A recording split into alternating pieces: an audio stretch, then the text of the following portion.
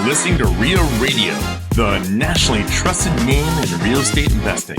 We dig deep to discover investors' why in real estate. If you want to skip all the BS and get in investors' heads, you're in the right spot. Be one of the thousands to check out REIARadio.com.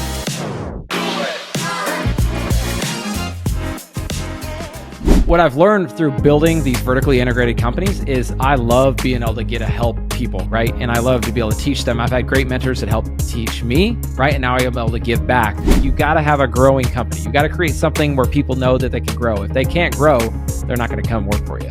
This episode is brought to you by JM Real Estate Capital. Hi, it's Rob, JM Real Estate Capital. We're the money guys that you need to know for all your real estate investments. Talk to us. We can do what your local bank can't or won't do.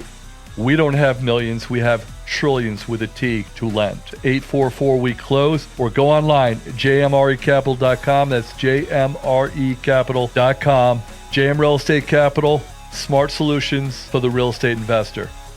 Welcome to REIA Radio, episode 189 with Casey Gregersen. And Ted's done.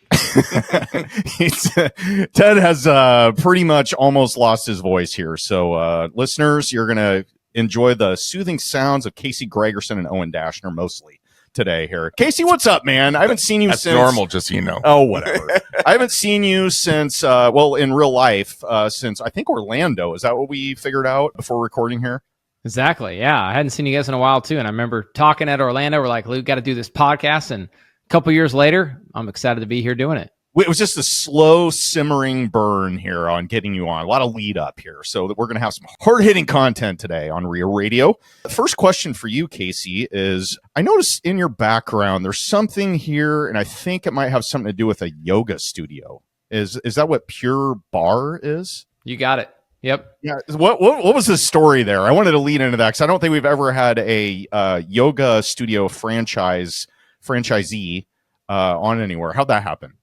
Exactly. That's a good one. And of all the podcasts I've been on, it's never led with Pure Barre. I'm finally glad all those years and all those studios we did that I finally get to tell the Pure Barre story. All right. Let's hear it. Yeah, man. It is a longer story, but I'll give you the cliff notes. So my wife was part of Pure Barre when I lived in Billings, Montana. I'll never forget the first day she came home from, maybe the second class. And I was working in and out of the field in West Texas. And I'd come up there and I'd be home and she'd be like, "Oh, Casey, I just did this new class. I love it." And she was telling me about the workout and she fell in love with it. She had this like sense of community. And it was really cool for her because I was gone for work for 2 weeks at a time. Right. And she was trying to kind of find her way and she wasn't teaching. We just had our first son. So she got this like sense of community and she loved it. And it was a phenomenal workout. And as the story goes, we decided to move back to Midland so I could be like, because I was working 2 weeks on and then 2 weeks off. I'm like, well, what if we could actually live in Midland, which I thought was a great idea at the time. And it still was a pretty good idea in the long run. I actually loved it. Midland was great, right? We don't still live there, but we learned a ton. We'll go into the landman jokes and fun stuff later. But anyway, so we decided to move to Midland.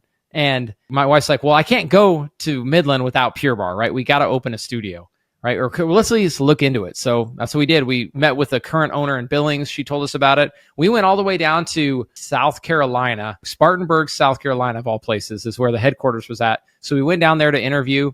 Yeah, and ended up, lo and behold, opened up a studio in West Texas out in Midland. And it was a huge success. It was great. Like we did it. We were owner operators and huge, like Midland didn't have anything like that. So we ran the franchise.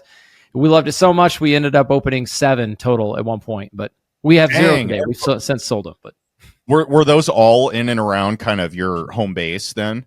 Did you go outside of your part of Texas? Yeah, not at all, actually. We bought the first one in Midland. It was really successful. We then had an opportunity in San Diego, of all places. Wow. We found, because the story goes, like, I saw what it cost to open a studio. I mean, I'm going to share that. It was about, our cost was like $250,000. It was costing most people like $500,000, right? Just to get the studio off the ground. And then we were making about $100 to $125K a year in profit. And I'm like, that's a lot of money to start. I wanted to start a second one. So we saw an opportunity in San Diego where these people were struggling and the studios weren't performing, and it looked like just ownership and just some different things. So it's really like the private equity model, right? We went in, bought them distressed, and we were going to go fix them all up, get them producing money, and then either sell them or buy a bunch more. But then COVID hit. Oh, okay. Yeah. What did that do?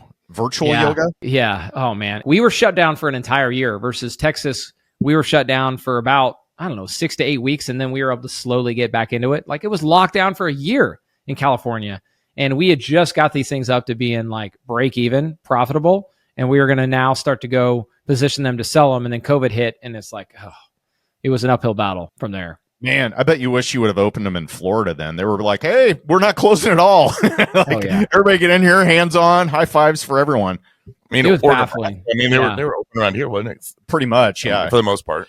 So this is interesting, though. Like, obviously, we'll get into your real estate investing and all that good stuff, but I don't know that we've had anybody on that's had a franchise, or maybe a couple, but we haven't really dug into that. If you're considering starting a business, now that you have entered, opened several stores, and exited, what did you learn from that? Was there anything you would do differently that maybe you did at the time, or vice versa? What are some good takeaways there? Yeah, so many lessons. I mean, it was really my first taste into like running a business. At the time, before going into that, I was just a petroleum engineer working out in West Texas, working in the field, right? I never learned like sales and marketing. A lot of people can probably relate to this. When I first read Rich Dad, Poor Dad, like a lot of people, it like, so much inspired, so much clicked with me. But one thing that I was like kind of regretted was when he's talking about like going and doing door-to-door sales and learning how to do sales and marketing. I'm like, dang it, I wish. And I remember those vacuum salesmen coming to my door when I was growing up, right? Even in rural Wyoming, they still came, believe it or not. We actually bought one when I was a kid. I think it was called the Rainbow, if I remember right. And I know Ted's mom was actually what was the franchise? My parents met at Kirby vacuum. Oh yeah. Kirby. Yeah, and Rainbow was the correct name of that. Yeah, Rainbow. I remember because this salesperson came to our house, and I think it was actually a lady, and she totally was catering to my sister and I, and we were like really young. And she did something where you could like reverse the flow of the air. And she like blew up this big plastic sheet of whatever, and you could get on it and like ride. You're like riding a ride, this inflatable thing. And we were like, "Oh, Mom, can we get this?" You know what I mean? They're just probably like, "Oh my God, are you serious?" So we ended up with that thing for like in my entire up through high school. We probably still have it. They don't make them like that anymore. Yeah, that's hilarious. So petroleum engineer, though, were you just kind of panicking when you were getting ready to graduate high school and you're playing like throw a dart at the board and landed on petroleum? Like, why petroleum engineering? It's a very like niche, major to pick. Yeah, absolutely. Another good story. My dream was to be a college football, NFL, whatever. I wanted to be, or any sport. I wanted to be the play-by-play guy, right? Calling the games up on the radio, because I grew up listening in Wyoming to all the games, and that back then no games were on TV. So I'm like, I want to be a sports broadcaster. I even at college, my undergrad, my declared major up in Montana was communications. I was going to figure this out, right? But fortunately, I had good parents and people encouraged me like, Casey, you're really good at math. You should keep doing math. Don't stop. Do communications, but just go take some math classes. So I did that, luckily. And I took a bunch of math. I got a degree in math. You'll love this, but I got a degree in math, double major math and chemistry, and I minored in physics and Spanish, right? And it's because I was there 5 years, right? I know we were like, oh, overachiever, look at Casey. But it's like, I was playing football. I was there for 5 years. I'm like, if they're going to help pay for my school and I'm going to be here, like, let's see what we can do. Let's not just sit around and party all the time, right? Yeah. Now, you were a college athlete, right? You played football? For the Battling Bears, if I remember right. That's right. Oh, wow. Okay. Battling Bears. That's impressive. Rocky Mountain. We have a crack research team. Okay, wait. Let me guess. I'm gonna say either quarterback or you were a corner or free safety. Oh, I know the answer. Oh, okay. Well, no. Okay. I want to hear the answer from the man here. Ooh, yep. You had it first. Quarterback. Okay, yeah. Not that you couldn't play line, obviously, with your physique there, but okay. So college football, what? You always have to comment on people's physique. What? I don't know. It's just your thing. It is my thing. All right. College football, petroleum engineering, math. You pretty much picked almost every subject that you could cover and combined it in a little mashup there. Exactly. You moved to Texas. You were working for Big Oil. Was it Shell Corporation? Is that right? Yep. Work for Shell. Now, what does that mean you were out in the field? Like, what are you actually doing as a petroleum engineer when you're out there? Because I'm picturing it, and I don't think it's right. Yeah. Well, backing up a little bit, I was going to say I had all that stuff, all those degrees, right? But what are you going to do with it? right? So to answer your last question, fortunately, I started applying for grad schools in engineering because I was like, I like engineering. And I got accepted initially as I was thinking of chemical engineer because I had a degree in chemistry. But what I ended up getting accepted in was the petroleum program at Wyoming. And I'm like, I was pretty much like, I just wanted to get, it's called an assistantship where you would do research and they pay for your school and you had a stipend. And I just wanted to get in there. And at first I was turned down for chemistry and I called them back because I had a really good interview. I'm like, hey, like, what do we got to do to make this work? Right. If you start to get to know me, I'm like, I push, right. I'm going to follow up. I'm going to see, hey, give me some feedback. And they're like, we have an opening in the petroleum department. Would you be interested there? I'm like, heck yeah. Like, just sign me up. I just wanted to get down to Wyoming, right? I grew up in Wyoming and this was my chance to go to Wyoming. It was going to be paid for. And I was actually going to get a degree now I found in oil and gas that I could actually use, right? Go get a big boy job. Yeah. Yep. Okay. So you're now working for Shell Corporation. Getting back to this, because I'm just fascinated by this. 2 weeks out in the field doing what? Exactly. So all the engineers, they all bring us, we start out in the office. They're training us. We're doing all our training. But our job, I was hired as a drilling engineer. This is pretty cool. So we were trained in what our job was to go design and execute these like big horizontal wells, right? So we'd be drilling down. You drill down for like 7,500 feet in West Texas or even on a platform in the Gulf of Mexico. But you drill down like 7,500 feet, then you'd kick off, right? It's called a kickoff. You would kick off like this and it would start drilling horizontally. And before you were done, you would be drilling a lateral, it's called. Sometimes they would drill for like 2 miles underground, like sideways. We would design those wells and design how to like drill it, how to run casing. The casing is like the tubular stuff that goes down there, and then how to cement it on the back end. And then once you're all done, you go in and frack it. And so anyway, they trained us how to do all that stuff. But to learn it, we had to go to the field so we could actually understand what the heck we were doing, what we were learning in the textbook. Wow. Okay. So while you're doing this gig, you at some point picked up Rich Dad Poor Dad and opened your eyes a little bit onto the financial independence, cash flow quadrant, that whole thing that a lot of real estate investors seem to find their way to, the Purple Bible. What was your process in starting real estate while you were working for a W-2 job where you're out in the field a lot and don't really have availability to do the things necessary a lot of times to get a business started?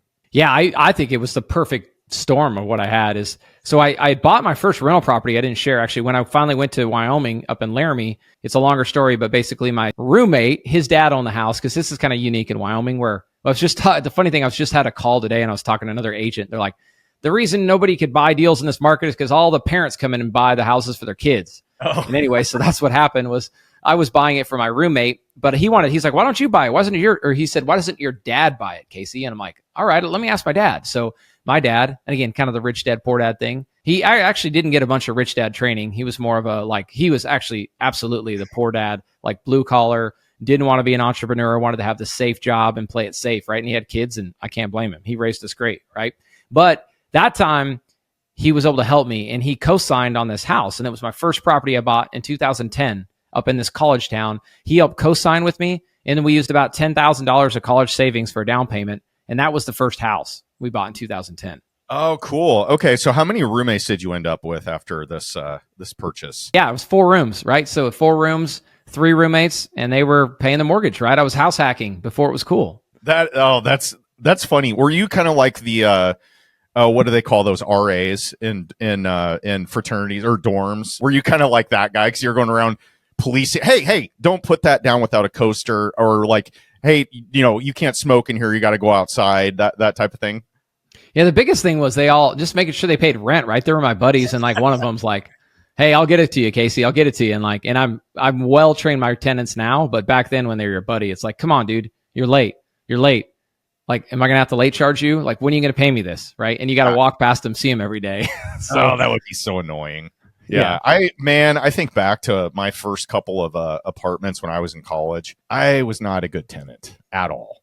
Like, had parties all the time, cigarette burns all over the carpet and all that. Did you hang on to that after you finished up school? Yeah, still hold it today. And I know I keep rerouting your question, so I'll go back to the other one. Yeah, still own that property today. Because that was the first one, right? And then I go to work at Shell. We're in the office. They send us out at the field, right? So in the field, they have what we call like windshield time, right? you're always driving back and forth to the location, and we can get into this too if you want later. But like when they show, if anybody has seen the series Landman, like driving around the roads, that was my life, right? We were driving around in these crazy, dangerous roads, but I had to be paying attention, gripping two hands on the wheel, right? Making sure I didn't get run over by a huge 18-wheeler. But what I did, rather than, well, we weren't allowed to talk on our phones. Like it was very strict. You would be fired if you talked on your phone. So what I did is before I started my drive, I'd turn on my podcast or turn on my audiobook, and I would just start listening, right? And that's when I read Rich Dad, Poor Dad, right? And then, because I had that first property, right? But I didn't really know what I was doing. I was getting some cash flow when I moved out. So I filled that fourth bedroom, and I was really doing co-living, right? Which is super popular today. I was doing co-living back then, renting by the bedroom. So when I moved out, I could move in another person. So now I was making some cash flow. I was like, oh, this is cool. And I got some tax benefits. But when I read Rich Dad, Poor Dad, that's when I'm like, oh, wow. Actually, no, that's not just I have an asset, right? And I'm using leverage and I'm paying down my mortgage. And I started to learn all these concepts. And that's when it really spiraled. I'm like, oh, well, how do I go find a second one? Right. And luckily I had the blessing that I would work for 2 weeks in the field on a rig. Right. But then for 2 weeks, I didn't have to do anything with my W-2. I didn't even have to open my work cell phone or computer. In 2 weeks, I had to show back up. So I had 2 weeks to like go find rental properties or fix stuff up or do rehabs. Man, that would actually be a great schedule. It's kind of like a firefighter schedule, but just a little bit I was thinking better. of that too. Yeah, I have several friends that are firefighters, and they always, all of them have side gigs or like side businesses or whatever. Yeah, that's pretty cool. So, did your dad, being the quote unquote poor dad mentality, did he push back on you when you brought the idea and you said, hey, this thing you co-signed for me is doing really well. I really think I want to buy more of these. Did he try to talk you off the ledge with that, or was he supportive? No, actually, well, you know what? That was when I finally I've never shared this before. That was how I got his name off of it, right? So he was on it because he co-signed before I had a big boy job, right? So now I've been working for 3 or 4 years in oil and gas. And that's how I bought the second one, right? I spent a couple summers, 2 weeks off, went in and improved that house and got a little bit nicer. And again, I bought this in 2010. And it's not like in our market in Wyoming, we didn't see a dip in 2008 and 2009. It was pretty much a flat line. But it's been kind of a steady, like nice, steady appreciation. So it was like 4 or 5 years later, I went and refinanced. So I got him off the loan. But what I did when I cash out refied, I got $50K. Right. And that $50K, now I was like, all right, now I've been listening to the Bigger Pockets and Brandon Turner and how to be a landlord and how to do deals with no money down, absorbing all this. I'm like, let's go buy another property. So I used that $50K and I was able to go buy a second one that I did some value add. So this was just a regular house right next to the campus of University of Wyoming, where literally I'm a football guy, right? I maybe couldn't get the football there, but I could throw a baseball and hit the campus, right? It was that close. But this house was rented for $730 a month. I'll never forget the number. Jeez. And I'm like, these guys are way under market. And it had a basement with its own entrance. So what I did is I went in and I renovated the basement. I added a bathroom upstairs and a bedroom. By the time I was done, this thing was renting out for $2,650 a month, right? And I used a commercial loan where I got my down payment with the $50K. I did the commercial loan, and then they refinanced me with a Fannie Mae, Freddie Mac secondary market mortgage. So by the time I was all done, this is my favorite part, and you're going to see after you hear these numbers why I was hooked. All right, so I get all done. I use that $50K, and the cash flow, by the time I service all my debt and all my expenses, I was making $1,000 a month in cash flow. And I'm like, holy cow.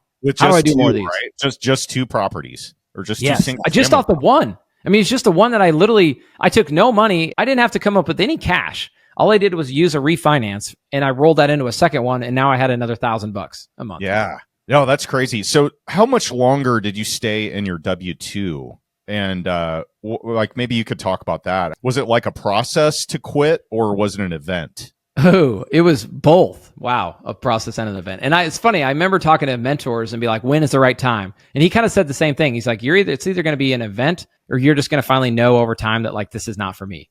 So the process was, I kept hustling though. And maybe to start off the story, you guys think that gig was cool, where I had 2 weeks on, 2 weeks off. I was able to get the best gig ever in the office. So I did the same schedule for 3 weeks. And I keep pointing to it. Like Shell's office is about 5 minutes from my house here. I would go into a operating center. So I was actually like in this little, it looked like a trading floor, or like it was called a real-time operating center, where I had like 8 screens going, And we were there just to babysit, basically, and make sure another blowout didn't happen like BP, which isn't funny, but we were literally paid. They paid us almost $200,000 a year to watch that for 12 hours. So I would be in there for 12 hours a day watching those screens, and then I'd have 12 hours off, right, to sleep or do whatever. So I do that for 21 days, and I have 21 days off, right? So I was working half the year doing that and being able to be home every night. So it's pretty sweet. I would bet, though, by the end of that 21 days of working, you were probably fried, weren't you? Like, isn't that just a lot of being on every single day for 3 weeks straight? Yeah, well, I was definitely ready to get out of the kind of weird sleeping schedule, and I can kind of get into that why I ultimately left. But I also have the luxury, too, where like, and I can share this today, because you talk about an event, you would get fried just looking at those TV screens, right? And there would be a lot of downtime. And even just on the rig, right? When you're watching over a drilling rig, they have downtime all the time where you can't even, there's nothing to do, right? So those guys are sitting there watching Netflix and movies and scrolling on Instagram. I was building my real estate company up, right? Because I wanted to leave this as soon as I could, or at least be able to, and keep building it. And kind of to answer your question, and this is really a big driver of what makes me what I am today and why I want to help more people, is the hard part about it is I would go in at 2 p.m. every day. And my kids weren't out of school yet. They didn't get out till 3. And I had 3 kids at the time. And then I would get home at 2 a.m. So they're already in bed. And then I would have to sleep in. I wasn't waking up at 7, 5 hours later. And honestly, by the time I got home, it was like 3. So it'd be like 4 hours later. So I'm sleeping in, getting my rest. So I completely missed my kids, right, for 21 days. One of my biggest passions is coaching them and being around for their sports. And I'll never forget this, talking to my wife. We were driving home after a game one night that I was there for, but I was about to go back to work for 21 days. I'm like, I'm tired of this. I'm not going to continue to miss all these important moments, all this stuff with my kids, just so I can play it that much more safe. And granted, I'd been hustling, and I created financial freedom for myself by hustling for years and years and years. But like, I could have kept keeping that cush job, which was perfect, right? And I could have kept playing it even safer and building up even more. But that was a defining moment. And this is where it comes down to. I'm like, I'm not going to sit on my deathbed and look back and be like, man, I'm glad I kept that W-2 job for that extra 2 years and missed all that stuff with my kids. I got a ton of clarity when I thought about it that way. You have 4 boys, correct? That's right. Yeah. So how old were the kids at this point? Yeah. At the time when I left, they were around like 7 or 8, all the way down to, I didn't have my 4th one. My 4th one was actually, he was going to be born like a month later before I quit, actually. I mean, that's a good reason too. So how do you have that work-life family balance now that you have 4 kids, one being a newborn? I mean, I have a 7 and 11-year-old. I kind of get that. Owen's kids are about to go in college. So, Owen. So they're 13 and 16. Okay, we got a little runway here. Relax. I know. Give you a hard time. But I mean, I went through that same moment, and I'm like, hey, I want to coach. I want to be available for the kids. I want to participate. I want them to remember me when I show up and I've been gone for a week from work. Like, so how do you do that now with how big your business has gotten, which I know we haven't dug too deep into, but you brought up the kids and I was kind of wondering. Yeah, that was the other part of like the clarity of because something had to go then. Because back then, before I left, I had the W-2 job. I was building the real estate company, and it was getting bigger and bigger and bigger. And then I now had 3 kids, the 4th on the way, and I'm trying to hold it all together. And I'm like, I was about to break, right? Something was going to go. And at this point, it's definitely not my kids and family. Okay, now we're down to real estate or my W-2 job. So it's a pretty easy one of what was going to go. So being able to do that freed it up. And now, again, today, I'd say this all the time to people that like actually want to, whether they want to partner and invest with me, or if they're just part of my goal is to help 100 families achieve financial freedom. And this is why, right? I want them to be able to make that same choice that I had. Because there was so many years I was out in the field. I mean, if I can share one more story to just drive it home. Yeah, please. And this will answer your question about the kids and being gone and their ages, right? When I was working in the field, my youngest boy, who's now 11, like he was gone. He was little, right? It was always fun getting home, right? That look in their eyes and their face when you first see them, when you get back off the plane, it's priceless. You can't beat it. Right. But as he got older and then I went back into like an office schedule, he got used to me being home. But then this happened, and I'll never forget it, right in the middle of COVID. Right. So it was 2020. He was now 7 and he'd been used to me being home. And it was time for me to go out to the rig. I was actually going out to a platform in the middle of the Gulf of Mexico. But to get out there during COVID, this is insane what they made us do. We had to go check into a hotel room in Houma, Louisiana. And we would go sit in that hotel room in quarantine for 5 to 7 days. Like they would test us when we got in there. We had to sit in that hotel room, go nowhere for 5 to 7 days just to be able to get on a helicopter to fly out to a platform for 3 to 4 weeks. Right? That had to be so boring, right? Oh, yeah. I mean, Absolutely. you're sitting in a hotel for, oh man. Yes. And they brought our food to the door. Like literally they would put our food in like little plastic bags and they would drop it off 3 times a day. So most people just sat around and ate a lot of food. You could go out and have a cigarette. So my cigarette breaks were, and I don't even know if I was allowed to do this, but I'm like, screw it. If they can have a cigarette break, I can go outside and run. So I would go outside and I would go for a run, at least to keep some sanity. That was a very, very strange time in history, for sure. Yeah. So my son, before I'm going out there, I don't even know how long I'm going. I know I got to go sit in quarantine for about a week, and then I'm going to the rig for 3 to 4 weeks. And it's very unpredictable on a platform because you're relying upon a helicopter to come get you. So I don't know how long I'm going to be gone. And it's like having a hard time leaving, and my son's really struggling with it. So I'll never forget this. I finally get out like late on a Sunday night, driving down to Houma. And it was really hard to say goodbye. And anyway, I got on the road and my wife calls me about 3 or 4 hours into it. And I'm listening to a podcast or a book, trying to take my mind off having leave. And she calls me. She goes, "Hey, just checking in." She's like, "Well, you didn't see this, but your son, after you left, like he chased after the car. I had to chase him like 2 or 3 blocks down the street because he chased after your car. He didn't want you to leave." And that part I'll never forget, just holding the steering wheel and just being like, "Oh my God. Like, why?" And and I was just starting, right? I was like day 1 of like 28 days gone, right? I'm like, how am I going to get through this? So I'll never forget that. So hard to hear. Oh man, that would be just like dagger. That's good on you for actually taking control of the situation and doing something about it, because you're absolutely right. I mean, people that are in real estate investing, we're kind of weird people anyway. I mean, the vast majority of people just go to jobs, and a lot of them have to travel, and a lot of them have kids at home. And there was a movie called Sliding Doors where like one little decision can lead to a whole different life. Mm-hmm. And I think about that all the time. Like, what if I was still working a W-2 job that I wasn't satisfied with, and I missed games and I missed, whatever, just driving them to and from places, spending quality time, those kind of things, trips. Yeah. Good on you for actually addressing what was bothering you. Okay. So your real estate business that you mentioned, you were really trying to build. So you had a couple of properties that we talked about. What happened between the second one you bought, you quitting the job, and like going all in on real estate investing? Like, what was your world like at that point? Yeah, absolutely. So, I mean, as I mentioned, back to that second property, I had the itch. I mean, I had the itch when I read Rich Dad Poor Dad, and I really had it when I bought that second property. Another big catalyst is I was in West Texas, or working out of Texas at the time. And actually, we went up to Dallas Fort Worth and we were doing some fixing and flipping there. But I was still investing in Wyoming. There were no wholesalers in Wyoming, right? And I was doing all these deals in DFW, and we were just working with wholesalers that were bringing us deals, and we were fixing and flipping, and it was going well. And I'm like, but I saw the numbers I was getting in DFW, and then I saw the numbers in Wyoming, and there was a big discrepancy. And a lot of that's in Wyoming. It's low property tax, low insurance, and there was just more upside, and things were just more affordable. And so I was kind of comparing those side by side, and I'm like, well, but I don't have any wholesalers in Wyoming. Like, how am I going to find deals? Right. And the market was starting to heat up. That was around 2019. The market was still good even before COVID and rates dropped, right? It was still pretty strong. And it was getting harder and harder to find deals off market. So what I did is I actually joined I'll never forget that one. At the time, I'm like, it was 11 grand. And these were guys actually met out of Midland, Texas. They were the REI game changers, James Hodges and Alan. Those guys were good dudes. And I'm like, I reached out to them and I'm like, hey guys, I want to get off market deals, or I want to do a postcard campaign or do something to get deals.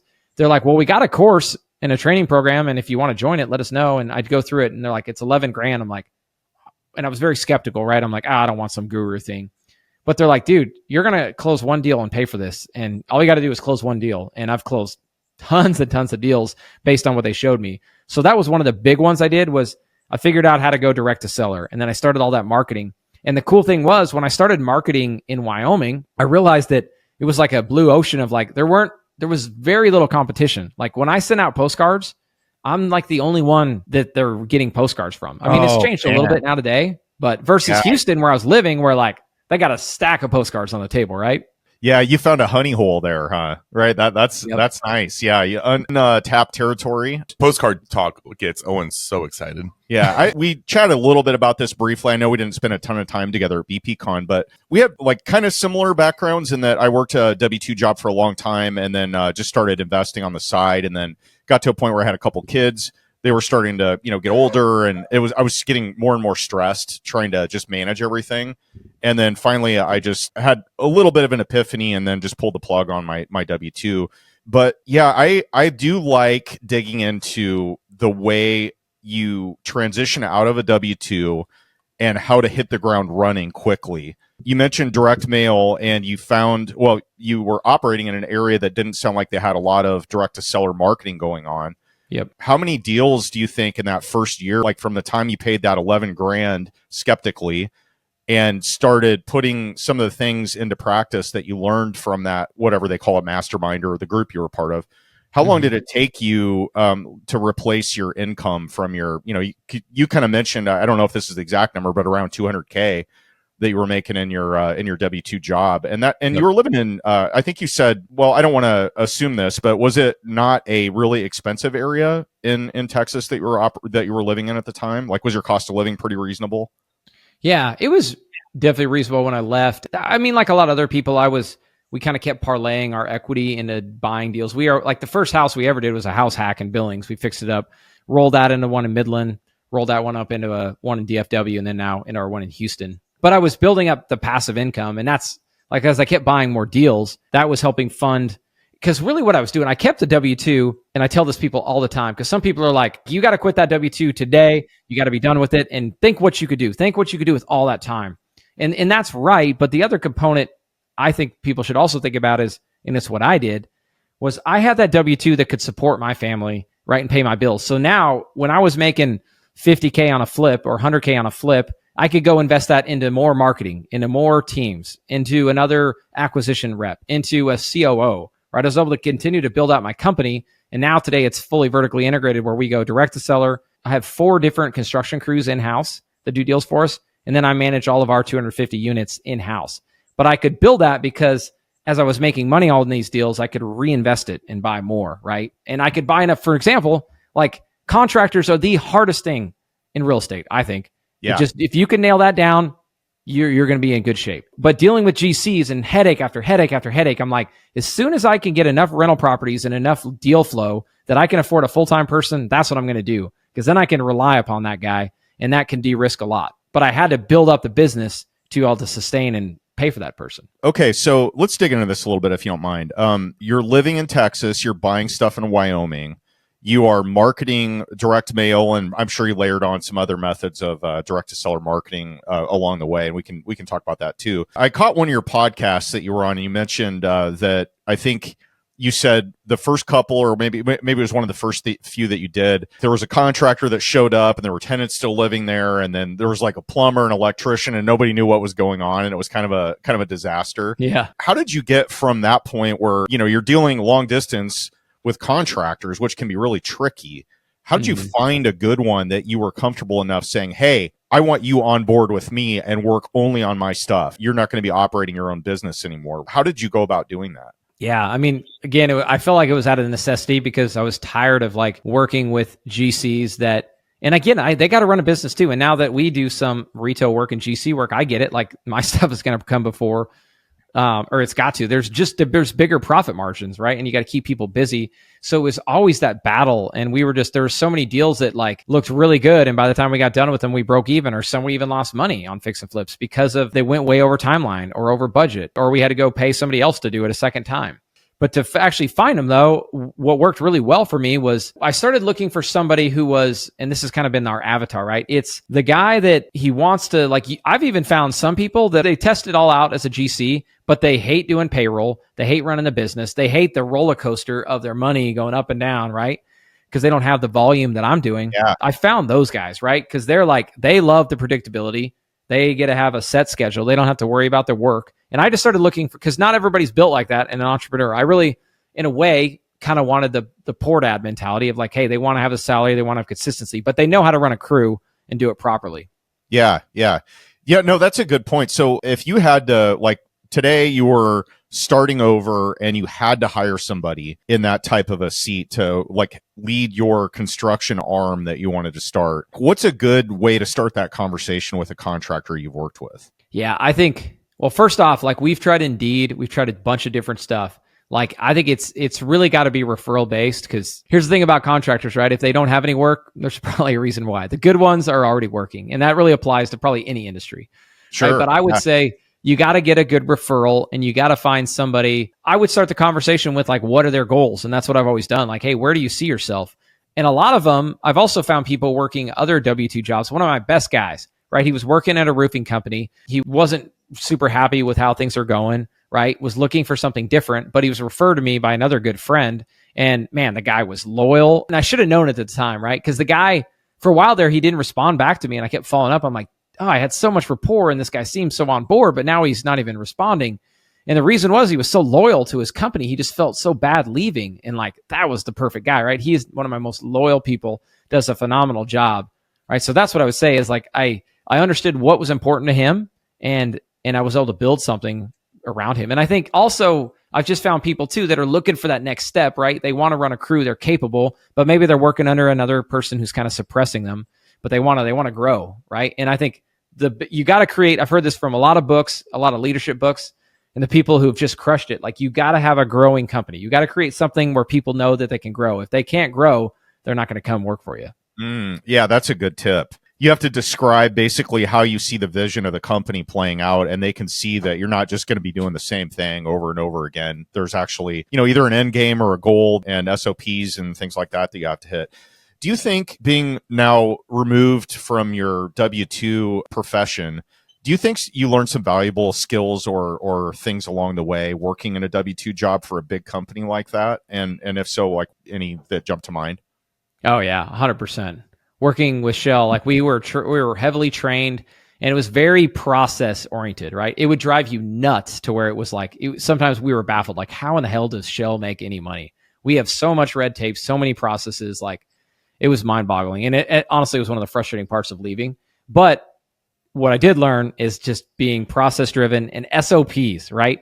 One of the things I did when I built out my property management company, another COVID story, right? Everybody's locked down. I'm managing all my rental properties from Houston, right? And I don't live here. So all my stuff is in DFW and in Wyoming, right? So not living in those areas, and I'm managing it myself. And I read a book, another awesome book, 4-Hour Work Week, another just game changer. Yep, Tim Ferriss.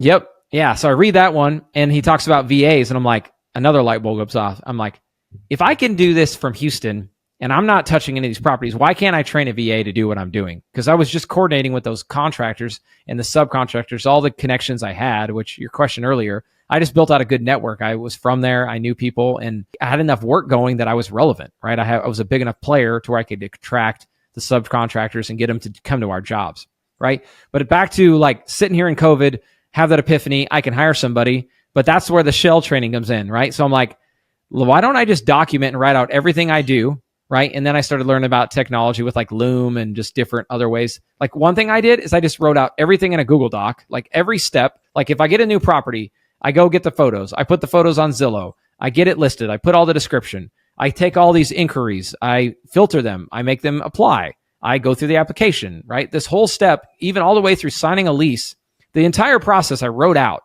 in an SOP, and then I recorded myself doing the thing, and then I hired a VA and gave it to him, and he managed it. And it took a lot of training, the first one.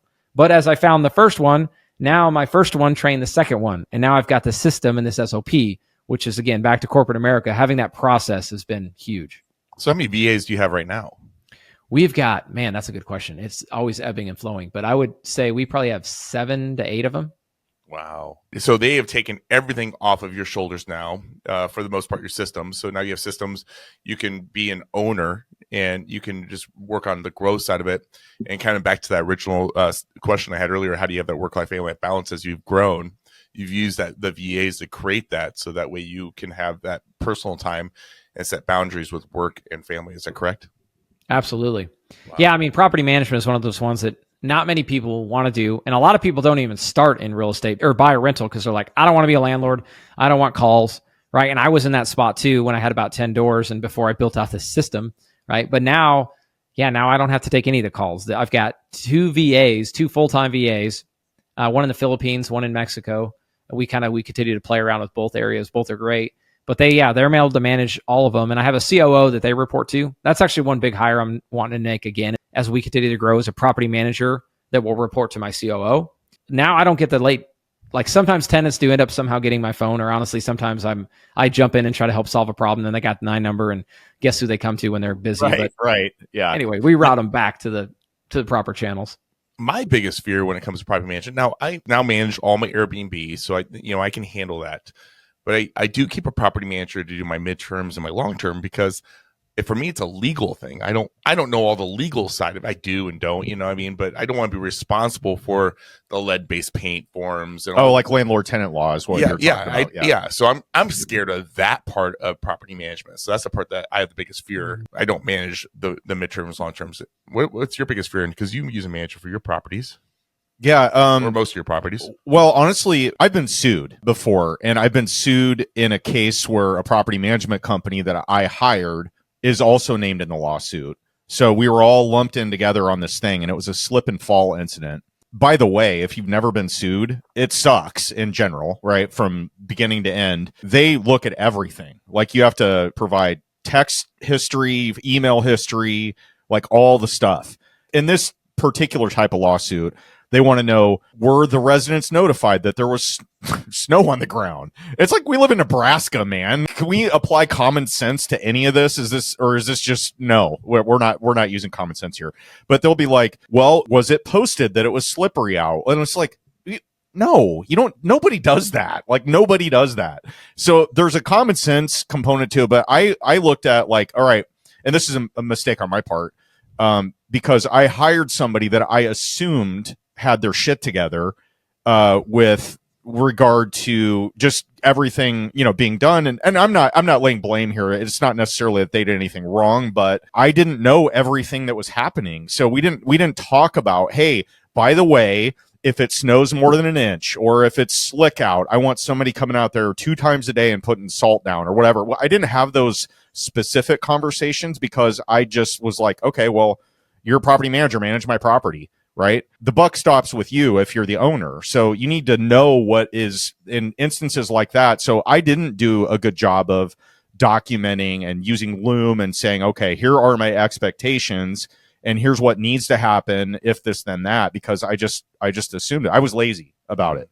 And we should have spent some time on that. And I said, okay, we are obviously operating in a extreme weather state where there's floods and tornadoes and like extreme cold and snow and all the stuff, right? Wyoming, I assume, is fairly similar. So it sounds like you need an addendum for like for so but to answer your question, generally my biggest fear about property management is if I'm hiring a property manager, is that I didn't stay on top of them enough about what my expectations were and ask the questions about big things, like how do you approach snow removal? How do you handle this with vendors? Like, those are questions that you need to ask.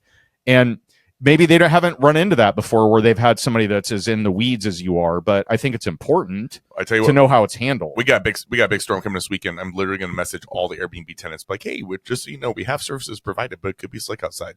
I'm going to send that as soon as we get off the podcast. There you go. Yeah. So Casey, you mentioned almost in passing that you have 250 doors that you own. Is that right? Correct. So you have a mix of, you have rental properties and basically are doing direct to seller marketing. You're looking for deals. You're communicating directly with people that have a property to sell. You negotiate the terms. And then am I right in assuming then that you kind of cherry pick the ones that you want to keep based on numbers and cash flow and like the type of house and the location? Is that how that works? And then you sell the others? Yeah, absolutely. So fundamentally, like, the deal flow is all coming to me, which is another big reason to go direct to seller. But again, it's one of the most expensive operations that I run because all the marketing and the overhead and what the resources it takes to run it. This is probably, I think, what makes me more unique as compared to others is the exit strategies, right? I can wholesale them, right? I can close them and just put them like a hotel, list them on the market. I do a ton of creative stuff. And that actually just opens up my buy box and opens up our marketing a ton to where, say the guy's got no equity, right? And he wants full market value. Well, there's times where we'll pay full market because we're taking over a 3% loan, and I'll either keep that as a rental or we'll do like a wrap where I can go wrap it around to some other buyer who can't qualify but has a good income and they can come in and buy it, right? So we do all these different creative strategies to close them. We'll fix and flip them. And the latest one, which I probably most excited about, is we'll just buy them with our fund, right? Because I've been able to build up my portfolio, but now, I don't know, this is what I found in Wyoming, right? Just found about our business. We're really good at finding the deal, fixing it up, and renting it out and keeping it long-term. And that's how everybody, if you talk to any people who's been in real estate for many years, they're like, man, you never hear the people like, oh, I'm so glad I sold off all those properties 10 years ago, right? Yeah. And flipped them all. They're like, I wish I had them. So the fund allows us to go buy more deals and hold them. Running my like direct to seller company and fix and flipping, I've got to have cash flow stuff coming in, right? But I've set up my fund to where it's now a buyer, really kind of like a turnkey buyer, where we can keep carving off some of these properties and keeping them.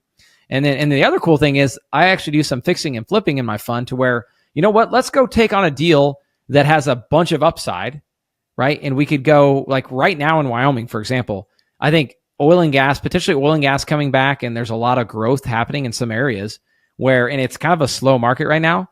And I'm really bullish, right? So I'm like, let's go be a little bit more aggressive and pick up some more deals. Because if the market heats up, we just timed it right. And now we're going to go sell all those off. We're going to crush it, right? We'll hit a home run or a triple. But let's say that the market just kind of stays normal, or even if it dips, there's a huge deficiency in rental properties in these areas. So what we could do, because we have investors that have a more of a long-term horizon, we can just hold on to these, right? So we're going to win either way. We're either going to go flip it and do really well, or we're going to hold them. And now my fund and all this direct to seller allows me to continue to basically execute that strategy. Here's a question I get a lot. I'm assuming you do as well. How do you decide what you want to keep and what you want to sell? Very good question. In general, I've always been like cash is king. And if there is an opportunity, I don't know, because to me, the easier thing is always to hold. It's a lot easier to go find a tenant who's going to take it, because it just maybe that's our market. I'm assuming other markets are the same. But there's a ton of rental demand. So it's going to rent all day, right? And that tenant is not going to be as picky, and they're not going to beat you up over every tiny little thing the homeowner is right now. So if we're in a strong market and I can sell it and move it, I'm almost always going to look to sell, right? But we're in the down market or whatever, or they're just like, yeah, I mean, there's a threshold, right? Like if I could sell it right now and make the great profit, let's sell, right? But if it's not the right time, let's hold it. Because again, just market fluctuations, there will be a time where we're back in bidding wars and everybody's looking for properties, especially with the like contractors and construction not keeping up with demand. It's like, we'll hold it because there will be a time when people will pay top dollar. Have you been into a situation before where you had several crews that were, working steadily and working through your flips and your acquisitions that you were continuously doing, and the deal flow dried up a little? And then you had to then figure out, oh, crap, now I have to keep these guys busy. I better buy something. Do you ever get into situations like that? I keep thinking we're going to, but we never do, just because, and we try to actually use some of our retail work to where if guys weren't busy, we could go like do a kitchen or do another remodel. Oh, okay. But we're just in a market, though. There is such a finite supply of contractors. And just another conversation I'll share with you. So I was talking to this guy in Cody, Wyoming, hot market, right, where there's this great opportunity to fix and flip. There's a lot of demand on the high end for people that want to live there. It's right next to Yellowstone, right? But then there's properties that are distressed. But he's like, I can't do it because there's no contractors, right? And if they are, they're 12 months out and they're triple the price of what it should cost. He goes, there's this great opportunity, but I can't take advantage. I'm like, you're the people I want to talk to, because I've just, over the last couple of years, I've just doubled down on like, let's go find more crews. For example, I recruited a crew up in Houston and moved them up to Wyoming on a 45 unit property I was doing, and they just live there and they're renovating it, right? You're kidding me. You actually did that? I've thought about that so many times, like not in, I would never do this, but like, how like Pacific Palisades, like the wildfire, stuff like that, like natural disaster areas. Houston went through that several years back. You go to the high cost of living areas and construction is like 2 times, 3 times what it would cost you to do it in your hometown. Like if we're in the Midwest or your neck of the woods where you operate, it might be a lot cheaper than operating in the coastal market. I've thought a lot about like, what if I just found a contractor that I knew, pretty solid person or people could I just pay to go there? I'll pay you a premium. I'll pay for your flight. I'll put you up in a place. That's pretty ballsy. How did that turn out? Yeah, it's been great. They've been there since May. They moved up there in May. Just again, I use connections here in Houston. I'm like, there's got to be a crew. And it was getting into the heat of summer. I'm like, this is an easy pitch. They could sit here in Houston and work in the screaming humidity, screaming hot, or they can go up to Wyoming and be in the nice, like we're being outside. It's the best time of year, right? Get up there, enjoy the weather. But the true test is it's now February and they're still up there. I figured once November, December hit, they'd be like, all right, we're out. Sorry, this Wyoming's not for us. But they're still there and they like the consistency. You know what industry this is really big in is the hotel industry. There's a lot of hotel flippers out there, and there's groups of like 30, 40, 50 of these guys. And they all actually come in and move in, live in the condemned hotels in a lot of cases. Oh, really? And then work on it full time. I've had some clients who are like, oh, yeah, there's groups that just go around and for just hotel flipping. Interesting. And they'll live in it, and then they'll go through and redo their units first.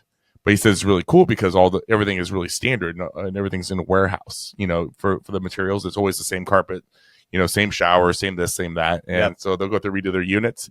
The crew lives there, and as soon as they're done, they're out. And he goes, they just travel the country. Oh, yeah.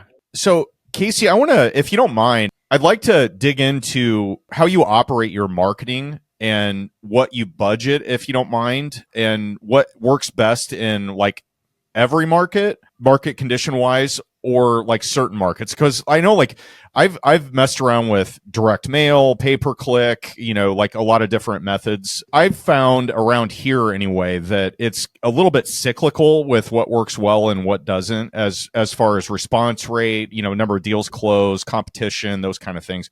Is there one thing that's maybe been a tried and true marketing channel for you, or do you mix it up a lot?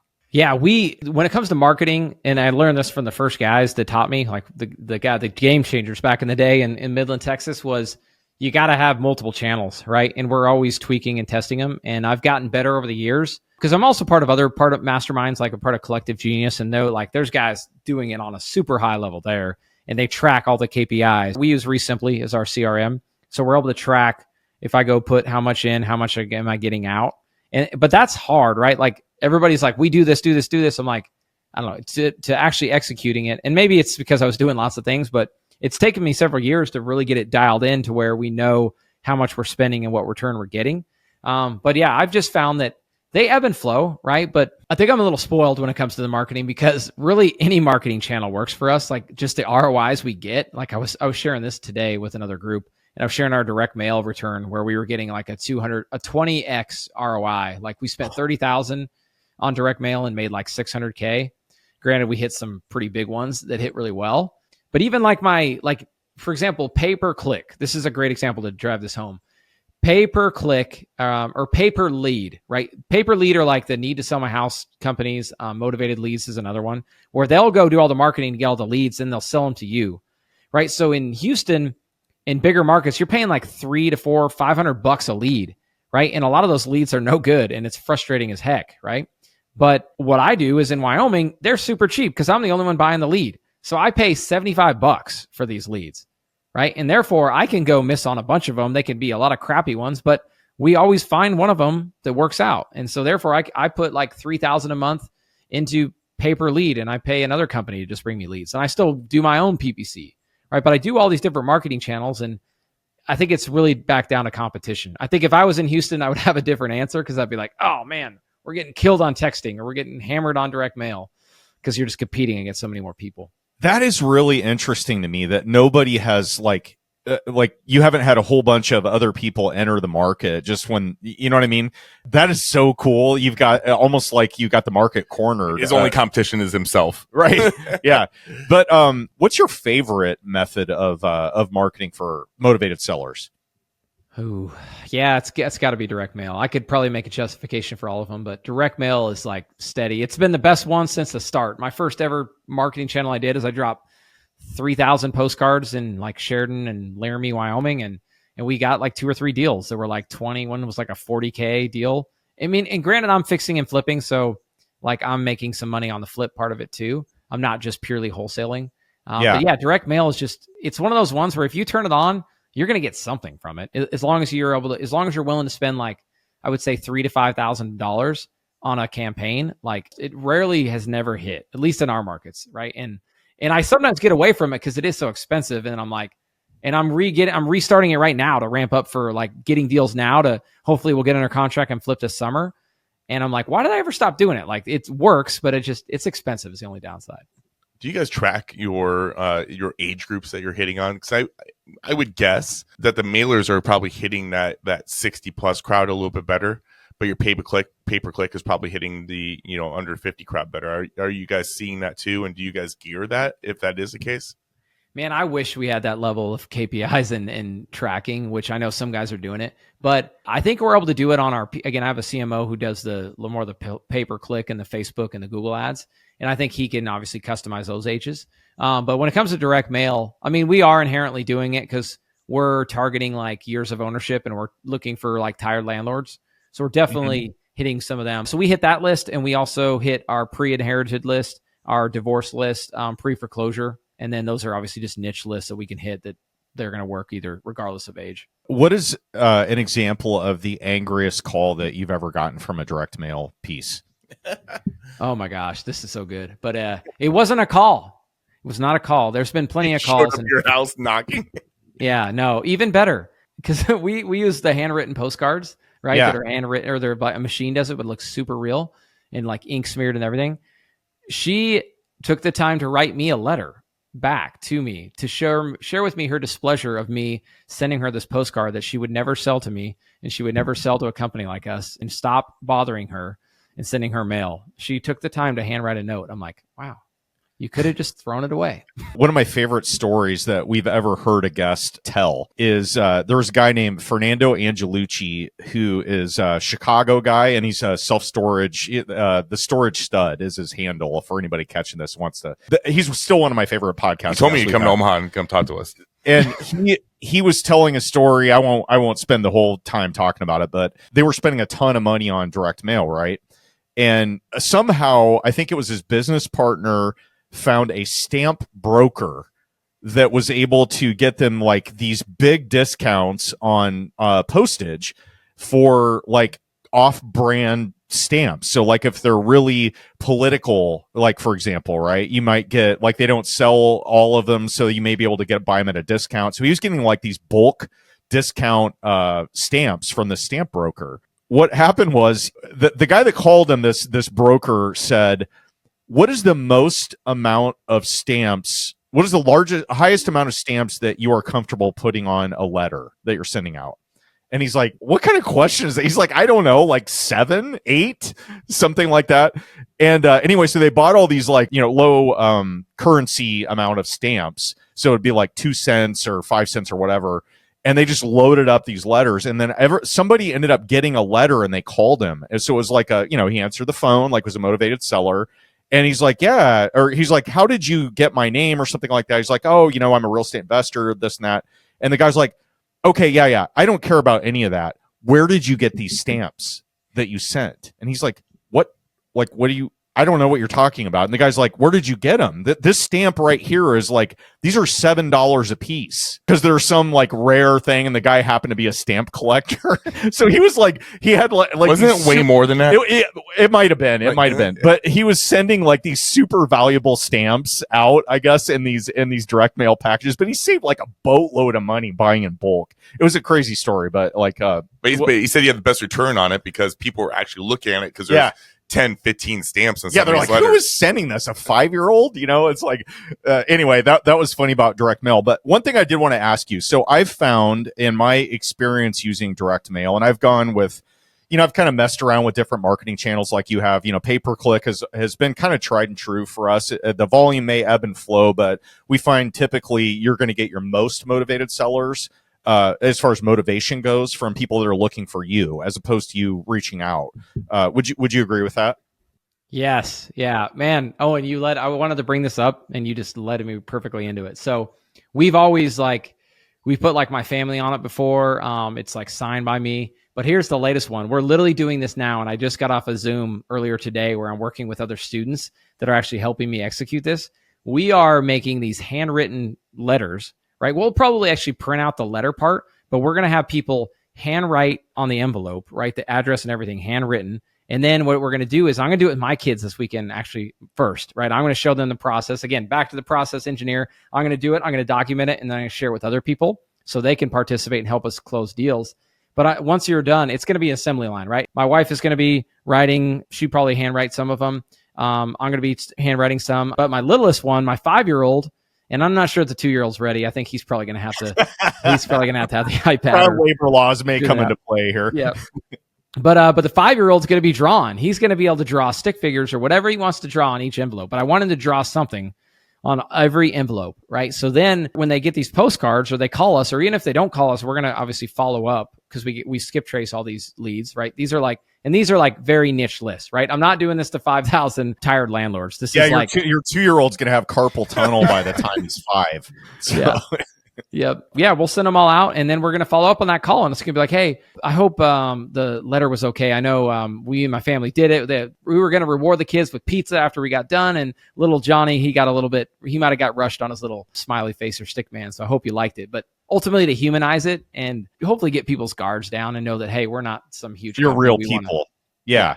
Actually, I've had both of them do this, but my daughters, I told them I would pay them $1 per envelope that they addressed, stamped, and put the return address on and all that, and then stuff the letter and all that, because they're always like, I have no money and I want to buy this thing and whatever. And I'm like, okay, well, if you get into that situation, I'll pay you, but you're going to have to do this work. I know it's not exciting work, but they do that periodically. Especially my oldest, because she's just like starving for money, and she's like, "What? Do you have anything I can do?" So I was like, I had her scooping sidewalks yesterday, and then but the direct mail thing has always come back around. One last question I wanted to ask you on the direct mail piece: what do you think, since you've been doing this, has been the longest period of time from when someone has received your letter to when you've actually bought a deal from them? Man, that's such a good question. And I should have that number, but it happens all the time where it's like, it's wild. It's like a couple. Yeah, I've definitely seen it over a year. We even had like a radio ad. Like I gave up on radio a long time ago because like we couldn't get any leads. And I'm like, this sucks. I'm spending all this money on radio, and all I get is my friends and my family be like, hey, we heard you on the radio. And I'm like, cool. Well, haven't closed any deals yet.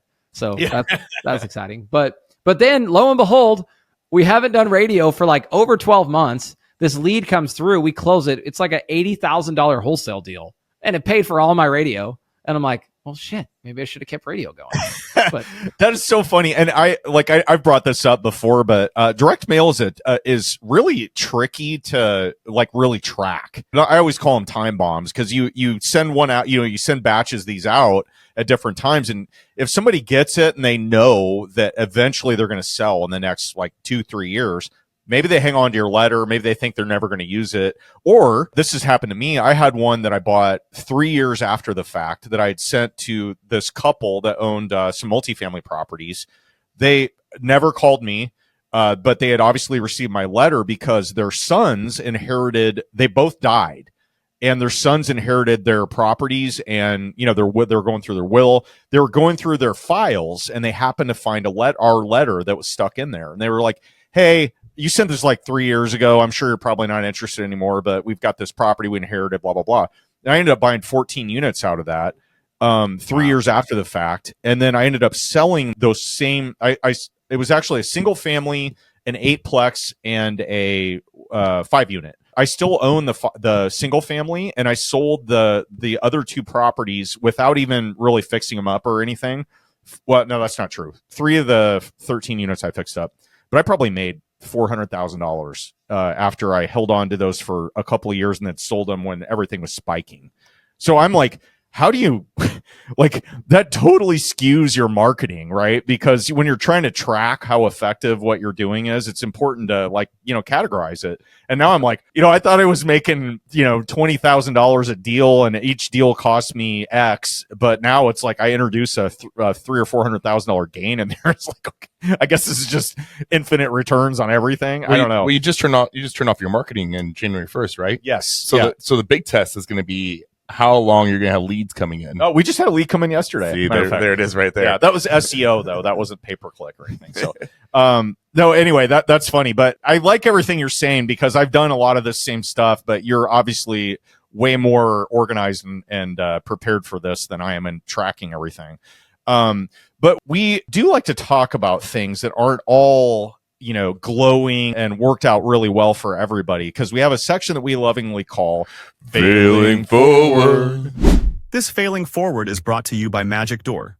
Magic Door is the AI-powered property management platform designed to handle everything from the rent cycle to the vacancy and maintenance cycles. During the rent cycle, Magic Door collects rent, sends automatic reminders, deducts management fees, and distributes payments to owners. In the vacancy cycle, Magic Door streamlines listings, tenant applications, seamless multi-language communication, screening tenants, and converting applications into leases with one click. And for the maintenance cycle, Magic Door's AI handles everything, asking tenants key questions, assigning tasks to vendors, and scheduling repairs automatically without you getting involved. With no hidden fees, no onboarding costs, and seamless AI-powered automation, Magic Door takes care of the entire property management lifecycle so you can focus on what matters most. As you can probably guess by the name of the segment here, we like to dig into something that maybe didn't go according to the master plan that you had, and maybe some lessons learned along the way. You got anything like that? So failing forward, it's a big thing I try to actually teach people in my company, because I naturally have always just been like that. Like, let's figure it out, fail forward, and we're going to figure it out. You don't need all the answers to the test. Let's just go figure it out. But as far as like lessons, this is always the number one I share. It comes from fixing and flipping, right? And we've talked a lot about the like fixing and flipping and the dangers of with contractors and the risks associated with it. We actually had, it was back in Dallas, Fort Worth. We were flipping multiple properties, and what we found was we had this like false sense of confidence because we'd been doing the BRRRR strategy, finding deals, fixing them up, refinancing them, getting all our money back and repeating it. So we're like, all right, let's go do some higher end properties in other parts that wholesalers were giving to us, right? I mean, we made a ton of mistakes from like not double checking all the stuff that the wholesaler was giving us, right? Using private money and hard money, right? And not thinking about that. Not thinking about seasonality. And the other thing was contractors, right? We went and used new contractors because it was a higher end house. We thought, all right, let's go hire a more higher end contractor, and not vetting them and not doing enough of our due diligence there. So anyway, it turned into a whole mess. All of a sudden we had a bunch of flips. We couldn't make our payments, right, with our hard money. So I had to call the hard money guys and be like, hey, I need some time. Like, we can't get anything sold. I got to start selling these things off just to stop the bleeding, right? But the lesson is always have 2 exit strategies, right? Because some of those houses, if I could have just hung on and I'd have had better financing and I would have bought at a better price point, I could have just kept them as rentals, right? But my only exit strategy on those flips was to sell it. And if I couldn't sell it for that price and I was using hard money, my only option was to drop it and take a loss. So now to this day, my number one thing that I always try to do, and I don't always do it, right? There are other ways I mitigate this risk, but my favorite way to mitigate it is having 2 exit strategies. That's why I love Wyoming, because I could still buy properties that if it doesn't work as a flip, I mentioned that earlier, right? When I buy it with my fund, let's go try to flip it. But if we can't flip it, guess what? We could still hold it, because if we hold it, the value is going to come back at some point, right? So learning to have 2 exit strategies. Unfortunately, we had to learn that one the hard way. It's funny you say that, because I can't tell you how many times I've had those conversations as a real estate investment agent. And I always tell everybody, I was like, personally, when I buy, I want 3 exit strategies. And I go, and I start off with the short term, midterm is option 1, renting it as option 2, and then, flip / unloading it as option 3. So I always look at the Airbnb as the option to make the most money for me. But yes, I totally agree. And I put that, anybody that's listening to that, you have to have multiple exit strategies, because you never know what issue is going to come up, what bad contractor they have, what loan is it going to go through, what interest rates change, what happens in our government, which changes your whole business. What appraisal is going to come back $100,000 less than you thought. Yep.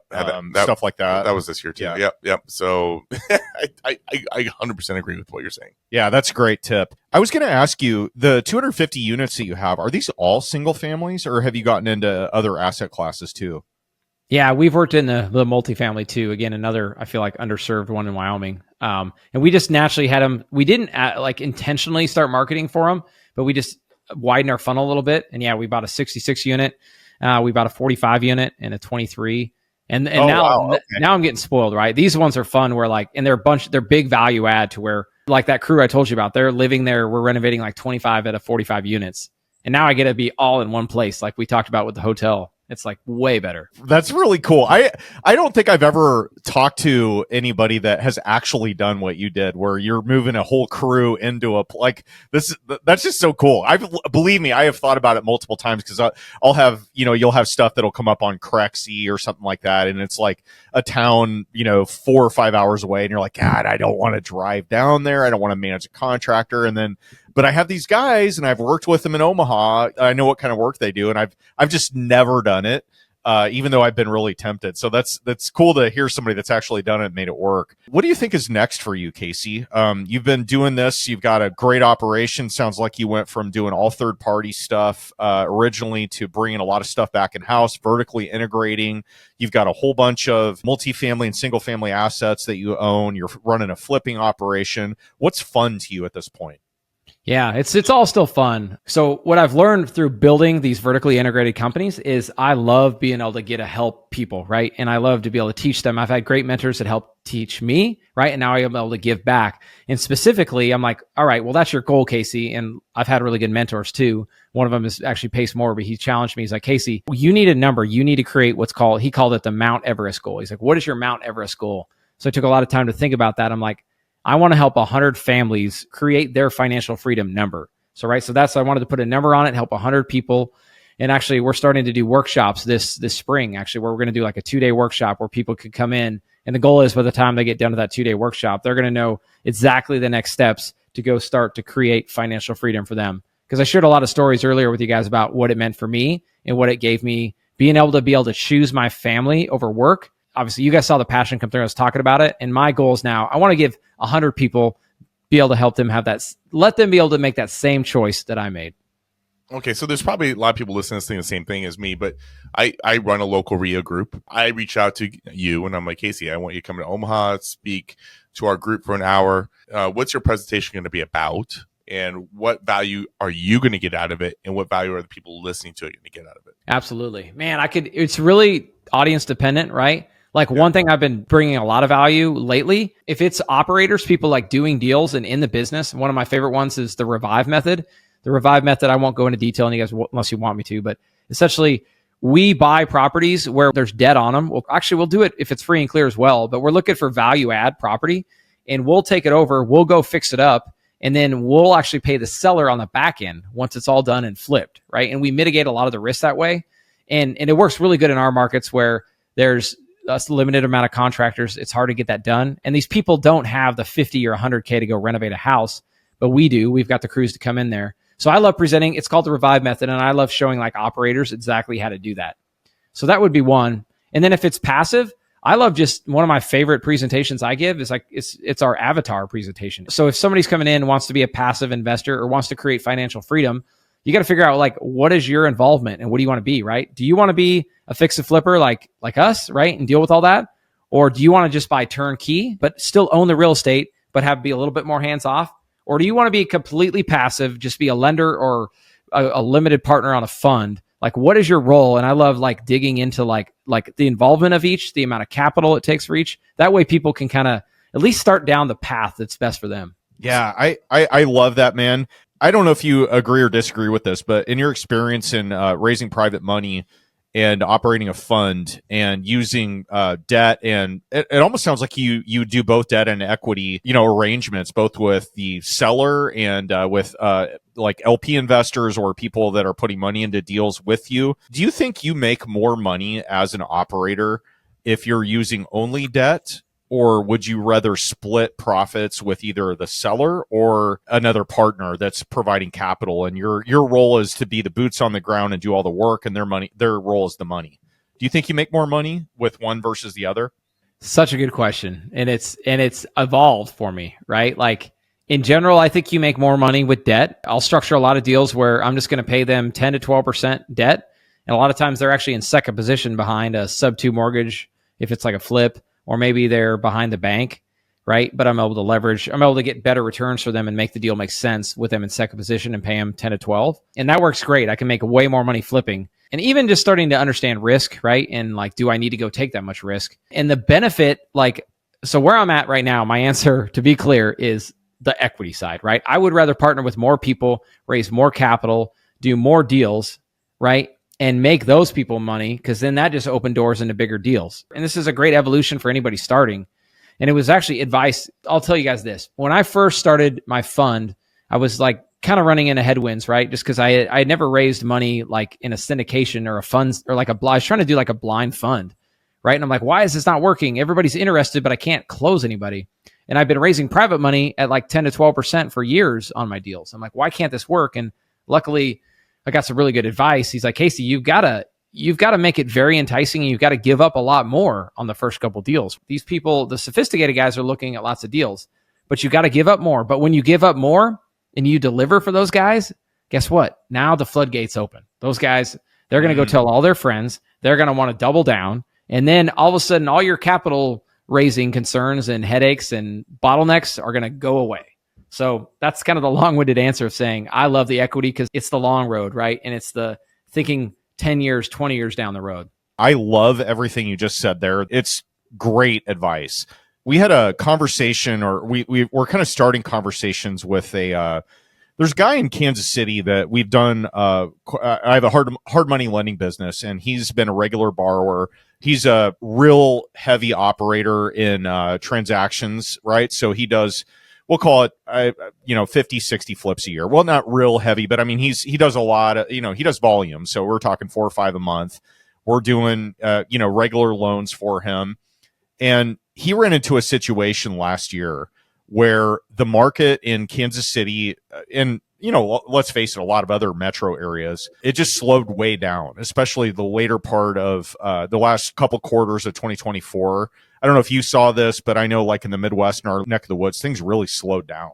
And this was interesting because this guy had about 20 flips going at once, right? So he's got a lot of inventory out there. And when you're borrowing a lot, so when you have all debt, if you're buying deals with hard money, if you're buying deals with private money, you have a lot of money going out the door at any given time. You've got rehab costs, you've got debt payments, you've got utilities, taxes, insurance, like all that stuff, right? 20 at once, that is a huge amount to cough up every month when you're making payments. So he kind of pivoted a little bit and he said, I'm interested in doing deals now with people that have funding in an equity position instead of debt. So what that will do for him in this case, and maybe this is similar to your situation, but he's trying to save the monthly nut, right? So he doesn't want to, like when you're coughing up 50 grand a month or more than that for rehabs and everything else on a continuous basis, that's really hard to operate if you're in a stagnant market or one where stuff just isn't moving as quickly as it normally does. So he said, I'm interested in partnering with people that have money, but I want to do more of an equity split. So we, as lenders, we were looking at that and be like, we're all investors too, right? So we said, I like that. We're going to talk more about this. So I think that's really interesting. And I think it's not a common, when people are just doing flips here and there, they don't have processes and systems like a machine like you do. They don't maybe look at things that way. But I think, looking from debt to equity or maybe a mix of the two is a really smart thing. It's like having extra tools in your toolbox for situations that might come up. And I really love that. It's an innovative way to look at it. One I hadn't really ever used myself as an investor, but we're considering now as a lender. Instead of just doing debt, maybe we'll do a pref equity, maybe we'll do a mix of that, stuff like that. It's really cool. The longer you do this, the more options you have available to you. So I think it's really innovative. Oh yeah. I just, one more point on it. I love it too. Cause I set my goal out to this. One of my goals this year is to raise $5 million through our fund. Right. And we were going to that was going to be half debt, half equity, but I've kind of evolved it based on what you're saying too. Cause I'm finding more and more people who see the long-term vision, and we could still go do fix and flips through an equity fund. Right. And I mentioned that earlier, let's go try to flip these. And if they go great and the market's moving, to your point, if it's a moving market, let's sell it and let's recycle it and do it again.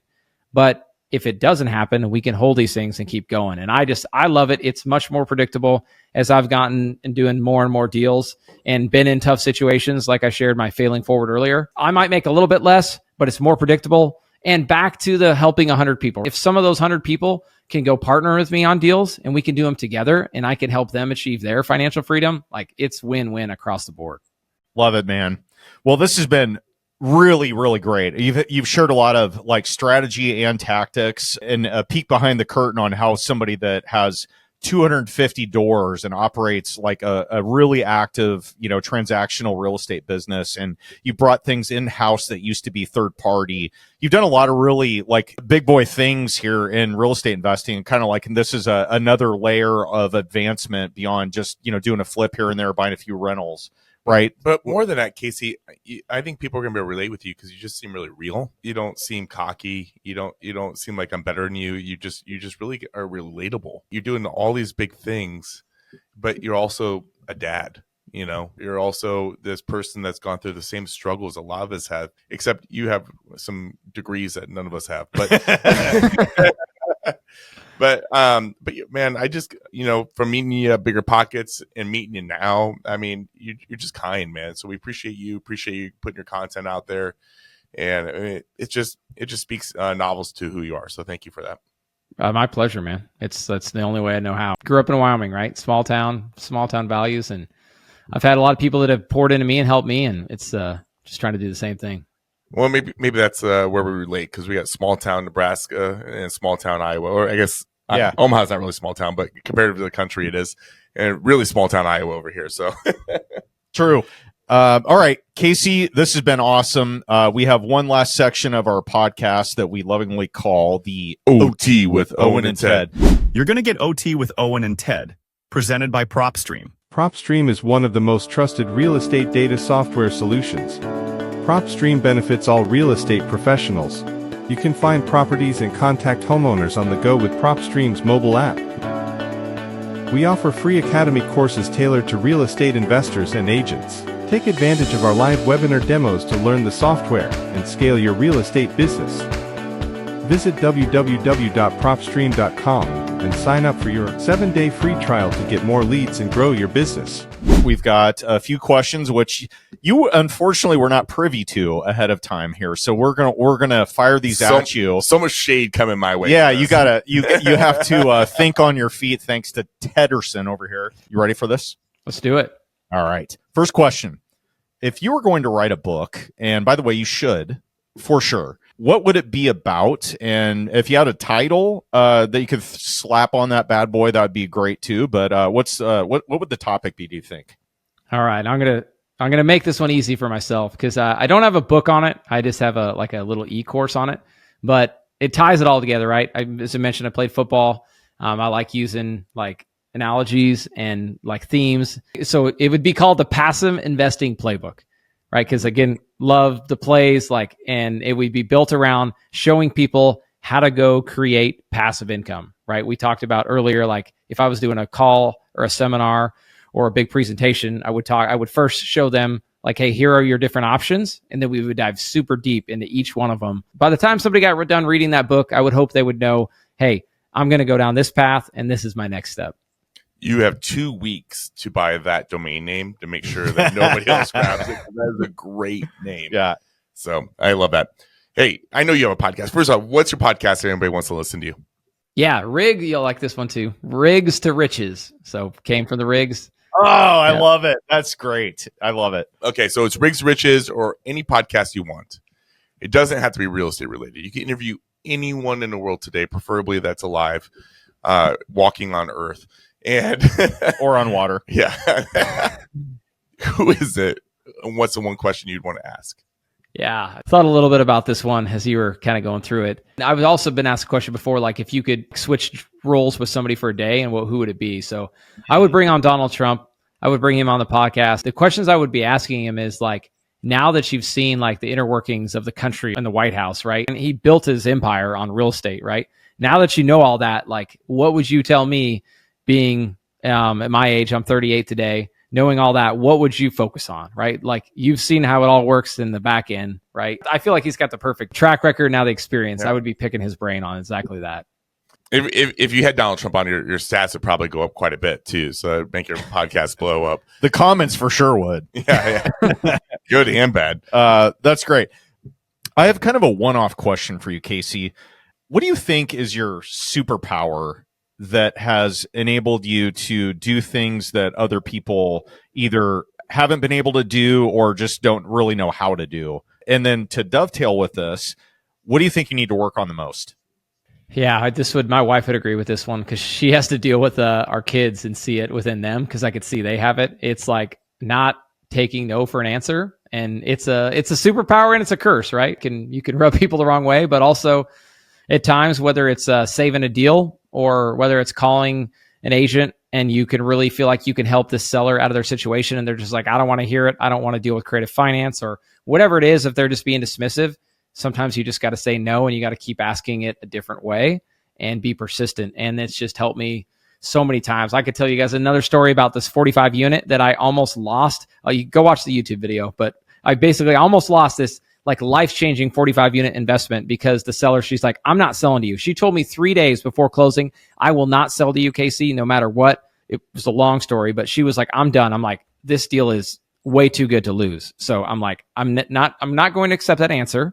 And I got an email from an attorney and didn't give up. And we closed that deal as I was flying from Phoenix back to Houston, like on the plane with the title company. We closed it that day. So it's like not giving up. And yeah, it's a blessing and a curse. But if you can use it the right way, and I want to teach my kids this, right? Sometimes the answer is no and you need to accept it. But there's other times that, you know what, if you got the purpose and you know it's right, you got to push forward. Casey, you're speaking right now to one of the most influential mentors in your life. It could be business, personal life, dead or alive. You're looking at them eye to eye. Pretend you're speaking to them right now. What are you going to say to them, and how are you going to lift them up because they lifted you up?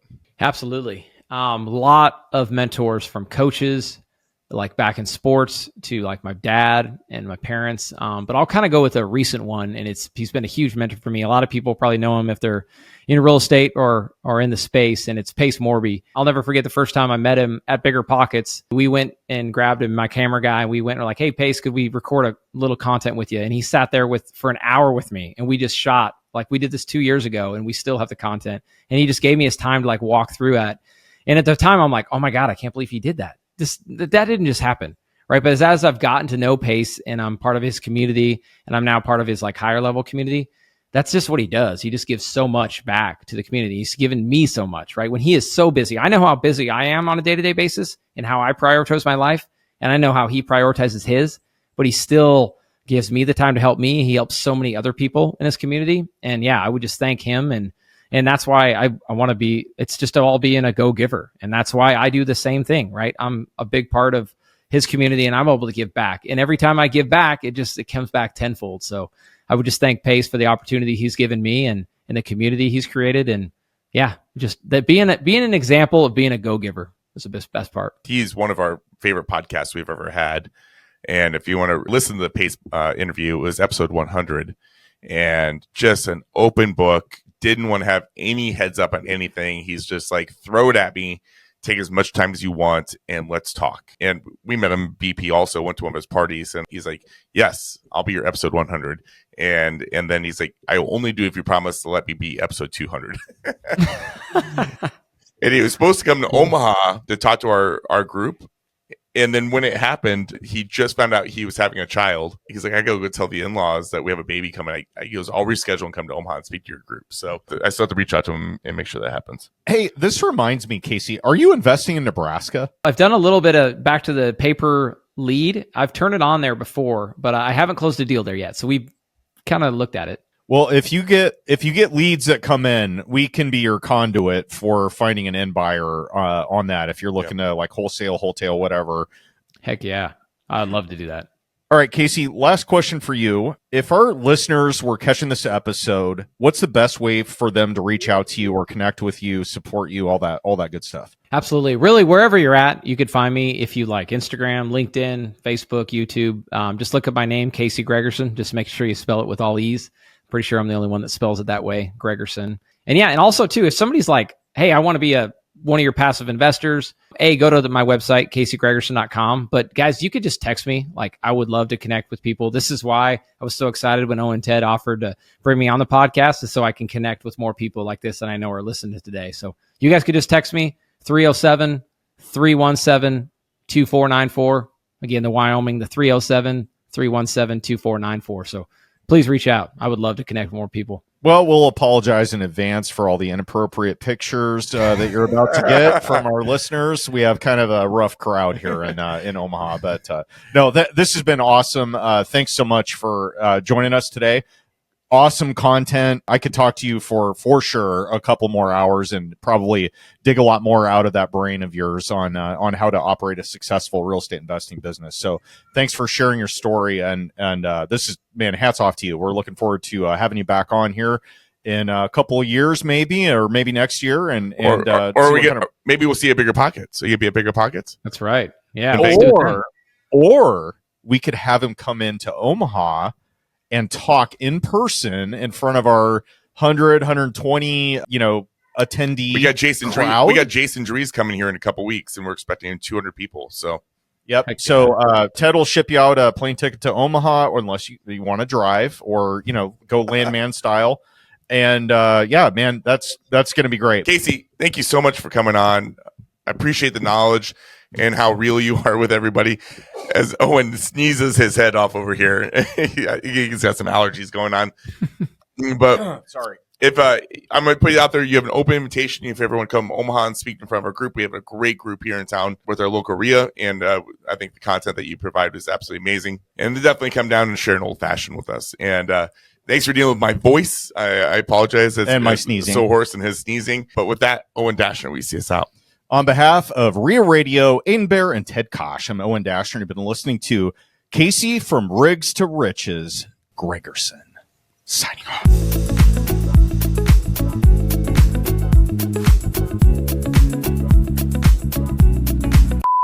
All right, we good? Yeah, you're kind of like doing the no. I normally do. You do your thing. We'll wrap up with that. Do you want Okay? Yeah, you take over.